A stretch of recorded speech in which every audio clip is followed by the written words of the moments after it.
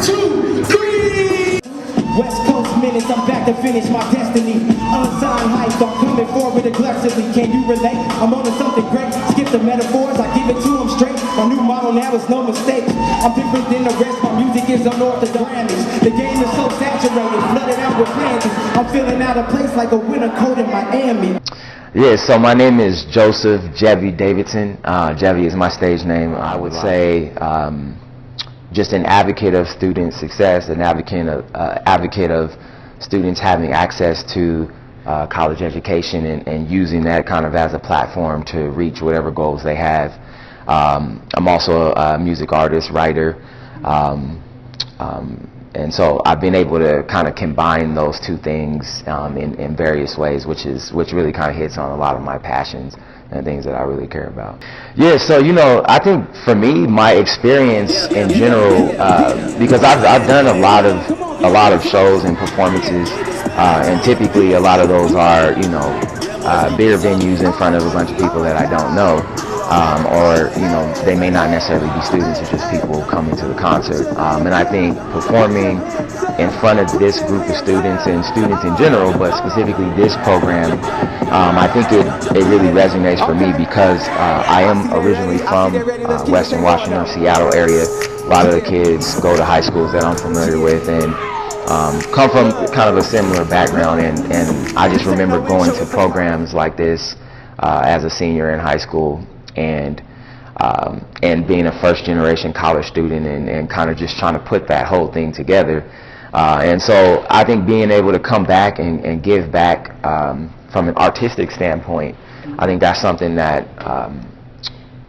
means a lot to me, to be able to share that and to be able to do that from the perspective of someone who was in their shoes, who has gone through the college process, and I've used not necessarily just the degree, but just the networking that I've been able to do, the people I've been able to meet, kind of a lot of the things I've been able to learn outside of the classroom but within the college environment to kind of propel myself into what I really am passionate about and combine those things.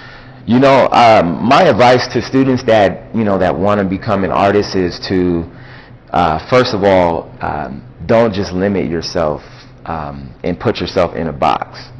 I think a lot of, especially when it comes to being a hip-hop artist, if that's what they're pursuing, I think a lot of times as young artists, they're listening to, who's hot at the moment, and I think a lot of students or young students that want to pursue that route will put themselves in a box, and they kind of feel like they have to rap about a certain topic, or they feel like their music has to sound a certain way.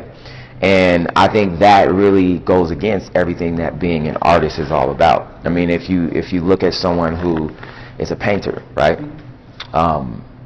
They're gonna bring their creativity to the table when they come up with an idea. They're not gonna be trying to put together a piece that looks exactly like someone else's. And especially these days, becoming a music artist also requires the ability for you to be to understand branding, to understand marketing, to understand business, because these days the whole idea of a record company signing you is not necessarily how you can become successful, and you have to really understand how to market yourself the right way and really treat yourself as a business. And I think that's where you can learn a lot in college, and you can take away some of those things and apply it to your passion. So yeah, I got one question that just came in my mind. That I see you have like a lot of skills. I would say like if I look back in history, like Da Vinci, combining different skills, or an advocate, songwriter, artist. Where do you get your inspiration to inspire others, to inspire students, to inspire the people, the viewer? How does it come to be?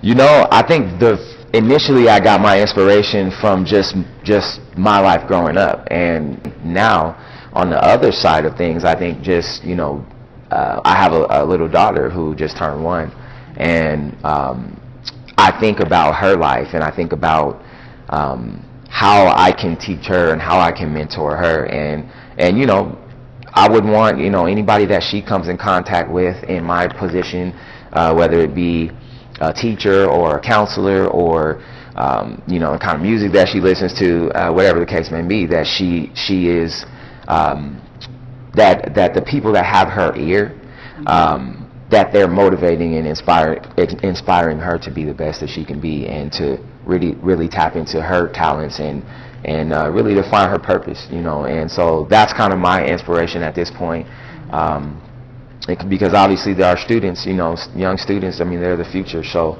I think being able to invest in them, that's something that's important.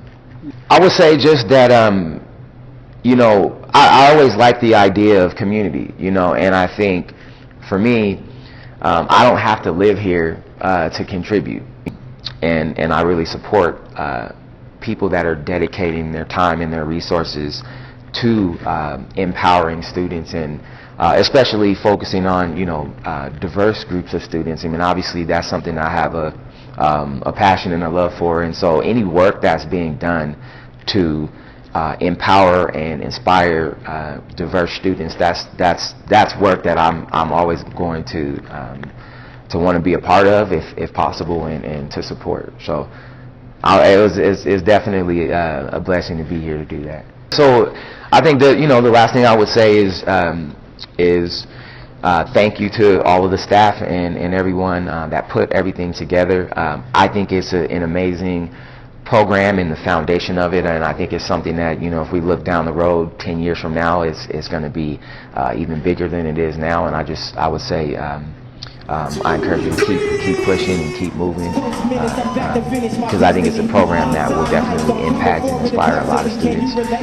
Special shout out to Randy for his work and for his continued partnership, and just to the university in general.